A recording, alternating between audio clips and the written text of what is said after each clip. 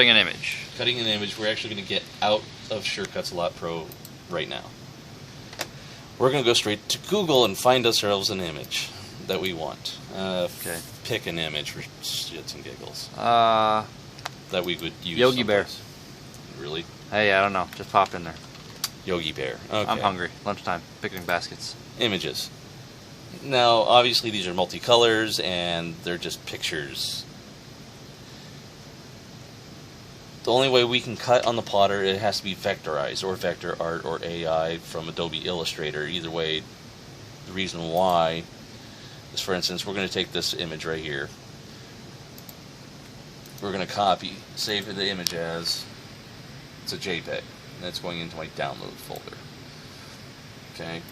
Now we're going to take that image, view it real quick, and if you notice, the lines are pixelated. So if we tried to cut this the way it is, that plotter is going to cut every single little square of that pixel everywhere in here, and it's just going to be a complete mess. Yep. It would almost probably break the plotter for all the little tiny cuts it would have to make for all these different shades of color. Yep. For every single pixel and square. Okay? So what you have to do is, I got a program I bought called Vector Magic. We're going to take the original image of Yogi Bear, which I should have selected here. Where is it? What was the name of it? Cartoons Yogi Bear? Cartoon Yogi Bear, JPEG C. Oh, there it is. Okay. We're going to drag this full image into Vector Art. Now we're going to do a fully automatic single-click version. And then what this is going to do is going to analyze the picture, all these pixels, and try to smooth them out. Now this is a horrible picture. Normally I wouldn't even attempt this on this poor quality. So obviously you want to get two-color, black and white, so there isn't all these individual colors. But as you can see, it cleaned it up quite a bit. Okay? Notice the lines aren't pixelated. It's an actual straight line. Okay, so now the plotter's not going to go super crazy. Now we're going to continue running this, and we can actually save this as an EPS or an AI. I prefer AI for Adobe Illustrator, which is going to be a vector art program. Once we save this, then we can open up the AI into Surecuts a Lot, and then we can work with it a little bit more, because even though it's been vectorized, there's still a few areas where it may be messed up or have small areas that have to be fixed. Now, an image like this, it would actually cut each piece, or would it cut just the outline of Yogi Bear? Every line. Every line. The inside line of the tie, the outside line of the tie. Both sides of the inside here, it would cut that. It'd follow the line, the outside. It wouldn't cut anything on the inside here. It would cut this. It would cut all these individually. You name it. Any solid line, it cuts. It cuts. We're going to go ahead and start over and do this again, and I'll show you what it's going to actually cut. There's another way of doing it. Just bring Yogi Bear in here, basic, artwork, high, and we're going to do two color. This is going to eliminate all the miscellaneous colors so you can see the lines. That's what it's going to cut, the outside and inside lines. Okay. Very Make good. more sense? Yep. Doesn't look as good without the color, does it? Yeah. But that's what it would actually cut. For example, I have several projects I've saved that I've cut. Because usually when I create a project, for instance the mailbox or the sign, I save it as a project.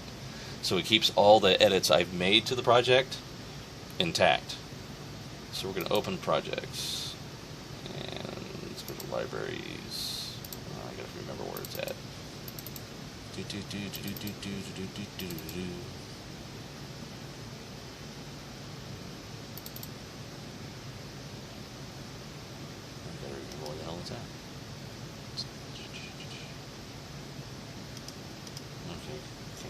Now, when you vectorize these things, these files become intensively huge. So depends. Some of them not so much. Okay. So where is the best place to store these images once we? I mean, obviously have them here, but do we store them anywhere else? Would it be?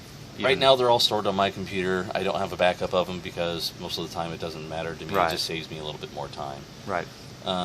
They want, for completed projects that may be possibly cut again, we can put them into a network drive. That's fine by me. Okay. Now I know where it's at. Me, documents, like blind. My documents, Craft Edge, my projects. Okay, here's all of our projects. For instance, the Fall Festival, Brook Point Inn for the pumpkin sign. We simply reload that and change the number on the date, 2014, 2015. Fire pit rules, the actual side, all those fire pit rules for all the suites that were here, A, C, D, the hotel sign for the large one. I think that was ITN Melody's. network, yep. Mailbox, phone numbers, pink and white nails. I have their edited, 2 different versions of it for their signs. Tony's blinds, which was simple lettering. The zip line rules. Okay. BPI kitchen for as far as the size and the font for like the refrigerators for like the blueberries, the milk, creamers. Oh, this was yours.